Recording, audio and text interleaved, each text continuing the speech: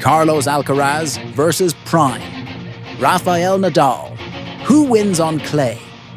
Tennis fans, grab your popcorn and take a deep breath, because we're about to step into one of the greatest hypothetical showdowns of all time. What happens when the young Spanish sensation, Carlos Alcaraz, steps onto the red dirt against the undisputed king of clay, Rafael Nadal, in his absolute prime? Would Alcaraz's all-court brilliance be enough to challenge the clay court titan? Or would he become just another name on the long list of players steamrolled by Rafa in Paris? It's a battle between the past and the future, between relentless youth and legendary dominance. So, let's break it down. Who wins on clay? Round 1.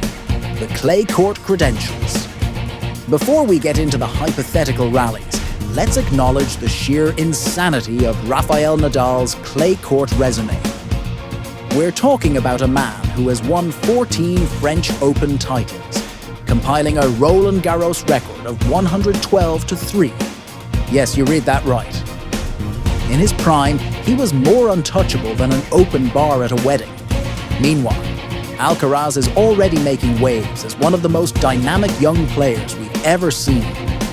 He has a big forehand, insane speed, and the confidence of someone who's never had to suffer through dial-up internet.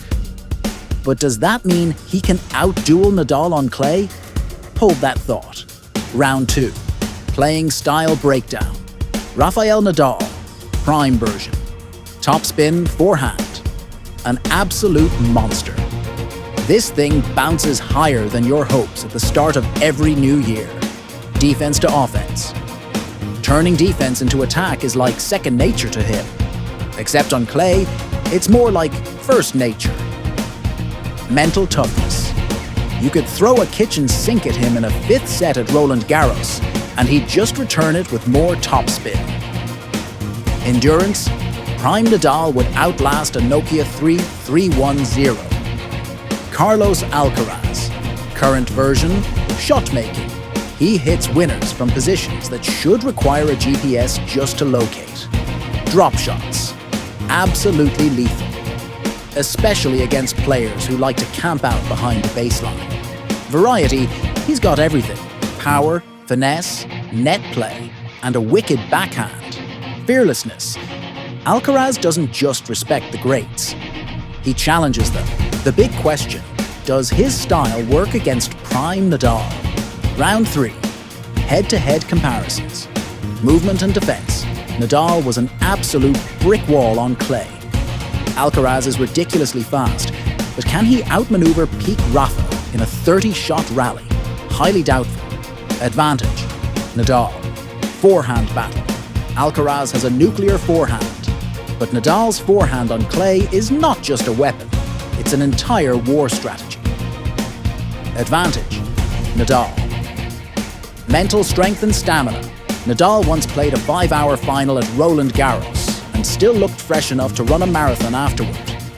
Alcaraz is no slouch, but we haven't seen him tested that deep yet. Advantage. Nadal. Variety and creativity. Alcaraz's ability to mix things up with drop shots and net play could disrupt Nadal's rhythm. If anyone could throw a curveball at Prime Rafa, it's Carlitos. Advantage. Alcaraz. If you've stayed with us this far, it means you've found value in this video. Please support us by liking and subscribing. And don't forget to check the link in the description for some incredible supplements to boost your performance. Also, explore our TikTok and Instagram profiles for even more captivating content. Now, let's get back to the video. Round 4. The hypothetical matchup. Alright, let's set the stage. It's the French Open final. Court Philippe Chatrier is packed, and the clay is baking under the Parisian sun. The atmosphere is electric. Set 1. Alcaraz comes out swinging, using his drop shots and crazy angles to disrupt Nadal's baseline rhythm. He takes an early lead, but Rafa, being Rafa, adapts. He starts hitting deeper, making Alcaraz hit from uncomfortable positions.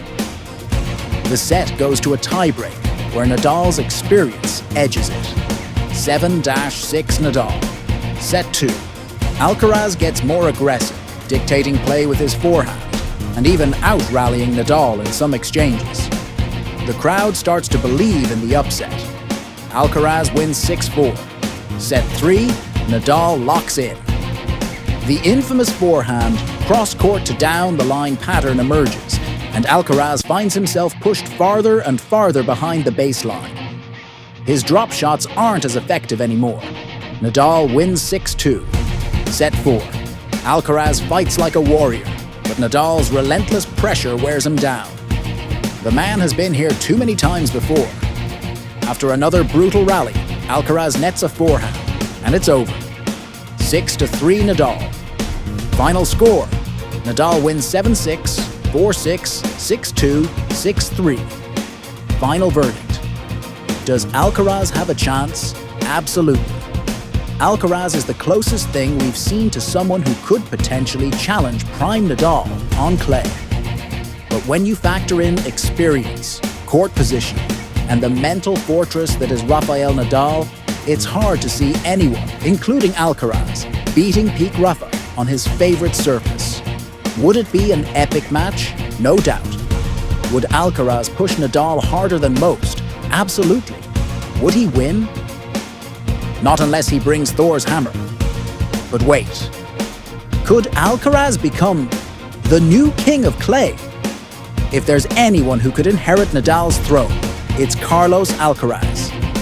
He's already shown that he can dominate on clay.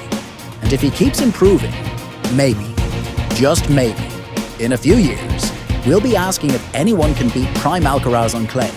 For now, though, let's give credit where it's due. Prime Rafael Nadal on clay is the greatest force the sport has ever seen. Alcaraz might be the future, but Rafa is history. And history doesn't go down without a fight. That's a wrap, folks. Share your thoughts in the comments and don't forget to like and subscribe for more awesome content. While you're here, feel free to explore other exciting videos on our channel